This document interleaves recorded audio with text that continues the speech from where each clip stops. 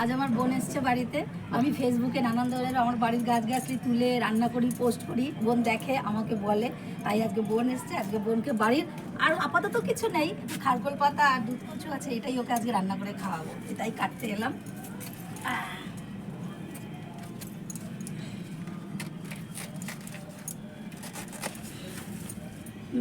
দেখো